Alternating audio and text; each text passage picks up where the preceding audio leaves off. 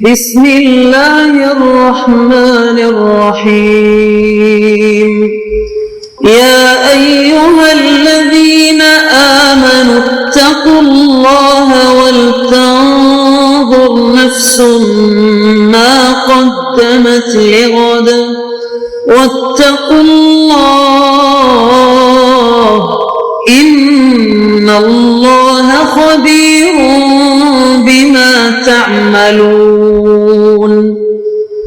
اے ایمان والو، اللہ سے ڈرتے رہو اور ہر شخص کو دیکھنا چاہیے کہ اس نے کل یعنی آخرت کے لیے کیا سامان بھیجا ہے، اور ہم پھر کہتے ہیں کہ اللہ سے ڈرتے رہو، بے شک اللہ تمہارے سب اعمال سے خبردار ہے۔ بسم اللہ الرحمن الرحیم، الحمد للہ رب العالمین، والصلاة والسلام على اشرف الانبیاء والمرسلین وعلى آلہ واصحابہ اجمعین ومن تبعہم بإحسان الى یوم الدین۔ قابل صد احترام حضرات شائقین و شائقات سچا پیغام، السلام علیکم ورحمۃ اللہ وبرکاتہ۔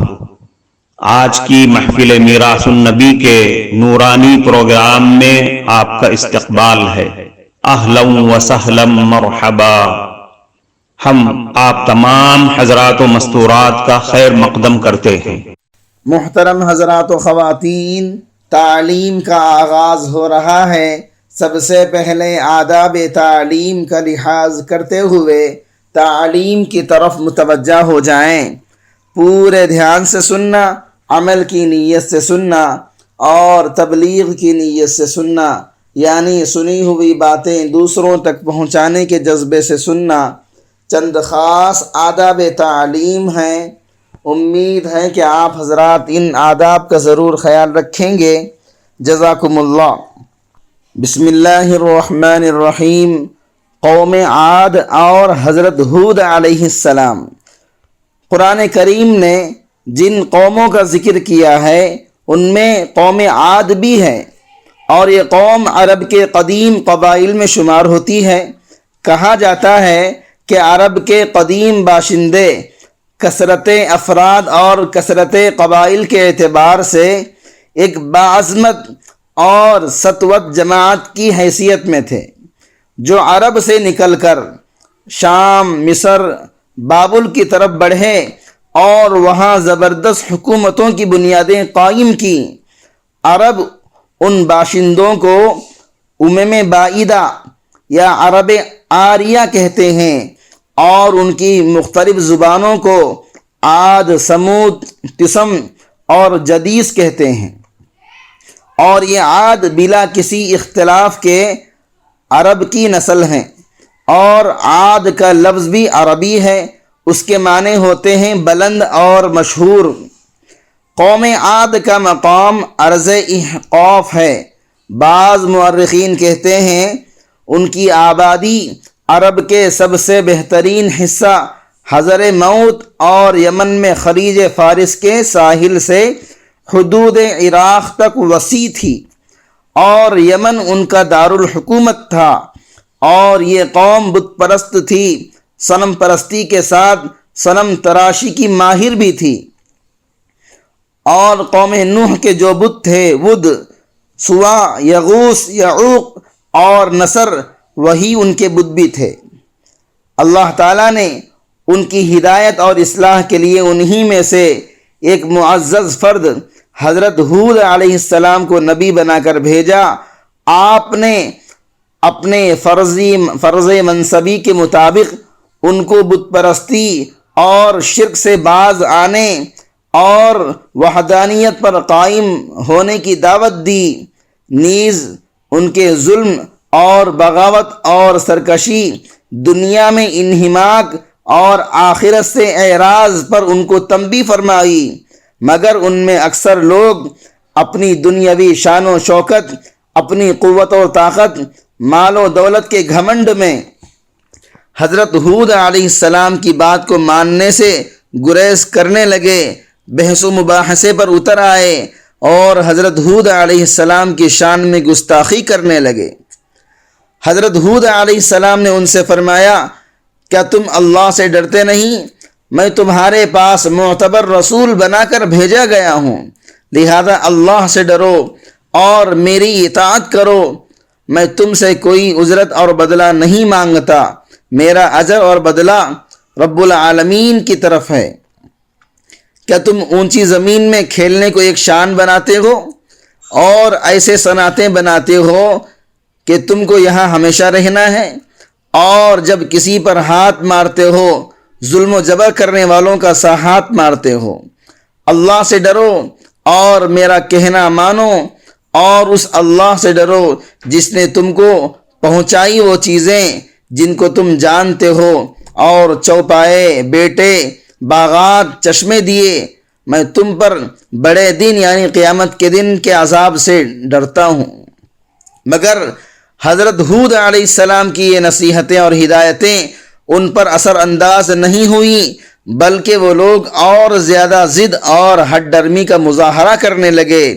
حضرت ہود علیہ السلام کا مذاق اور استہزاء کرنے لگے اور ان کو بیوقوف قرار دینے لگے، بلکہ ان کے دلائل اور براہین کو جھٹلانے اور ان کو جھوٹا ٹھہرانے لگے۔ چنانچہ کہا قال الملأ الذين كفروا من قومه إنا لنراك في سفاهة وإنا لنظنك من الكاذبين۔ ہم تجھے اے ہود حماقت اور بیوقوفی میں مبتلا دیکھتے ہیں، ہم تو تجھے جھوٹوں میں سے سمجھتے ہیں۔ نیز ان لوگوں نے کہا اے ہود تو ہمارے پاس کوئی دلیل کے ساتھ نہیں آیا، اور ہم تیری بات سے ہمارے معبودوں کو چھوڑنے والے نہیں ہیں، اور نہ ہم تجھ پر ایمان لانے والے ہیں، اور ہم تجھ کو جو کچھ کہہ سکتے ہیں وہ یہ ہے کہ تجھ پر ہمارے معبودوں اور دیوتاؤں میں سے کسی کی مار پڑ گئی ہے۔ اور کہا کہ ہم سے زیادہ قوت اور طاقت کے اعتبار سے کون ہے؟ اس دینی اور ایمانی بیان کو سننے کے دوران ہی اس کو لائک کر دیجئے اور شیئر بھی کر دیجئے تاکہ دوسرے بھی اس سے فائدہ اٹھا سکیں۔ اللہ آپ کو جزائے خیر عطا فرمائے۔ پھر حضرت ہود علیہ السلام سے انہوں نے مطالبہ کیا اگر تم جو عذاب کا وعدہ کر رہے ہو وہ سچا ہے تو عذاب لے کر آؤ۔ حضرت ہود علیہ السلام نے فرمایا کہ عذاب کب آئے گا اس کا علم تو اللہ کو ہے، لیکن اگر تمہاری سرکشی اور طغیانی کی یہی حالت رہی تو ضرور عذاب آ کر رہے گا۔ اور چونکہ وہ لوگ حضرت ہود علیہ السلام کی ان کھری کھری باتوں کا جواب نہ دے سکے، اس لیے ان کے خلاف مکر و سازش کرنے لگے۔ حضرت ہود علیہ السلام نے فرمایا تم سب کے سب مل کر میرے خلاف سازش کر لو اور مجھ پر کوئی مہلت نہ دو، مگر نتیجہ دیکھ لو، کیونکہ میں تو اللہ پر بھروسہ کرتا ہوں جو کہ میرا پروردگار ہے اور تمہارا بھی پروردگار ہے۔ غرض جب قوم عاد انتہائی شرارت اور بغاوت پر اتر آئی اور اپنے نبی کے خلاف سازشیں کرنے لگی تو قانون خداوندی کے تحت جب عمل اور قانون جزا کا وقت آ پہنچا اور اللہ کا غضب ان پر بھڑکا، اولاً ان پر خشک سالی کا عذاب مسلط ہوا جس سے وہ عاجز اور درماندہ نظر آنے لگے۔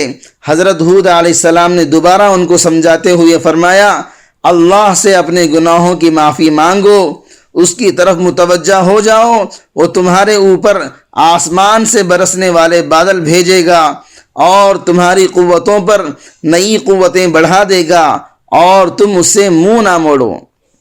مگر وہ برابر اپنی سرکشی پر قائم رہے، تب ان پر ہولناک عذاب بھیجا گیا اور ان کو بادل نظر آئے جو ان کی وادیوں کی طرف آ رہے تھے۔ کہنے لگے یہ بادل ہم پر برسیں گے، مگر اسی میں ان کا عذاب پوشیدہ تھا۔ یہ ہوائیں تھیں تیز اور تند ہوا، جب مسلسل 8 دنوں تک یہ ہوائیں اور آندھیاں ان پر چلائی گئیں تو ان کو اور ان کی آبادی کو تہو بالا کر کے رکھ دیا۔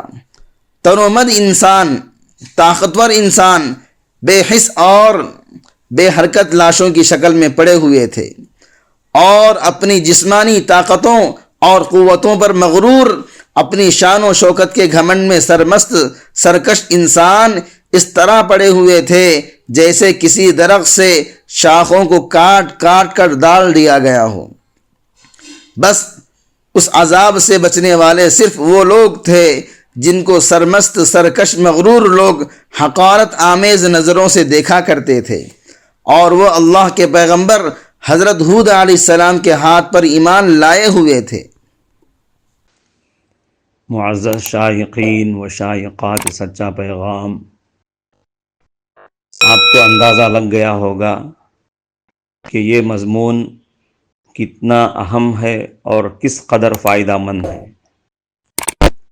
کم سے کم درجے میں سوشل میڈیا کے ذریعے سے بھی ہم اس کو زیادہ سے زیادہ شیئر کریں گے تو دعوت کے فریضے کی کوششوں میں ہم بھی اپنا کچھ حصہ ڈالنے والے بن سکتے ہیں۔ لہٰذا زیادہ سے زیادہ اس کو عام کریں تاکہ پوری دنیا کے ہندوؤں کی غلط فہمی دور ہو جائے اور انہیں یہ زمینی حقیقت معلوم ہو جائے، اور وہ اپنے اصل مذہبی لیڈر پیغمبر آخر الزماں حضرت محمد الرسول اللہ صلی اللہ علیہ وسلم کو ماننے پر مجبور ہو جائیں اور کلمہ پڑھ کر آپ کے ساتھ ساتھ وہ بھی جنت میں جانے والے بن جائیں۔